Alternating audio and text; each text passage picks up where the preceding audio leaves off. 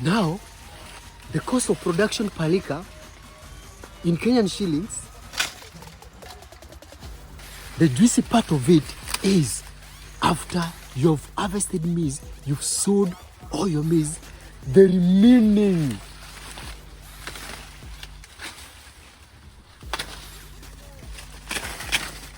I know you have had stories of farmers making money in green maize farming, but you don't know how they make money, what is the process, whether it's true or it's a lie.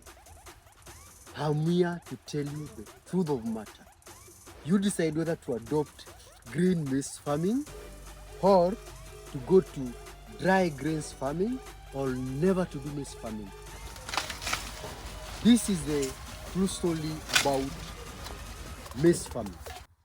One, you need a good land that is either rain-fed or under irrigation. If you can do them under irrigation, that means you are an off-season farmer. That means you'll be harvesting when no other farmer is harvesting. That gives you a higher advantage. As you speak, it's raining, people have planted maize, but somebody is harvesting maize because it's market day, it's money making day. And is the farmer making money?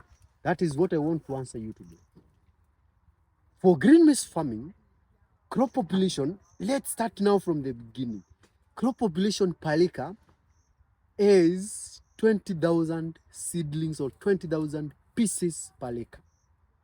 You cannot be perfect and produce a good grade, 20,000 pieces. Let's assume you're an average farmer, you produce half of that, which is 10,000 pieces in that acre. Are we together? The cost of production per acre in Kenyan shillings, it goes for about 50,000 to 70,000, depending by so many factors, among them the labor, the cost of fuel, and the distance that you're using irrigation water, the distance between the river or the water source to the farm. That is the cost. When it comes to the market, as we speak, a piece of this farm gate price, it's going for 15 shillings. Remember, we said an acre is producing maximally, on average, 10,000 pieces because an acre carries 10,000 pieces of maize. So 10,000 pieces that you sell multiplied by 15 shillings, you are getting how much? 150,000 per acre. 150,000 per acre. Now that already you have 100,000 profit out of your cost of production if you used 50,000. Now, the juicy part of it is after you've harvested maize, you've sowed all your maize, the remaining maize, the bud quality and the green stems, you sell them as animal fodder. As of now, it's not very expensive because the rolly is going for 20,000 Kenyan shillings because it's raining. And an acre is producing 2 rollies. So if you sell 2 rollies, that is 40,000 Kenya shillings plus 150,000 Kenya shillings. Is that not money? So it's up to you to make a decision whether you want to get into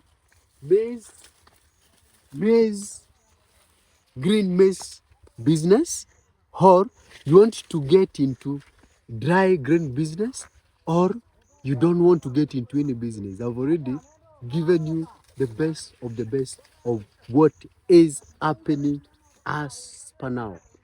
We are making money, we are manufacturing money, money grows in the soil.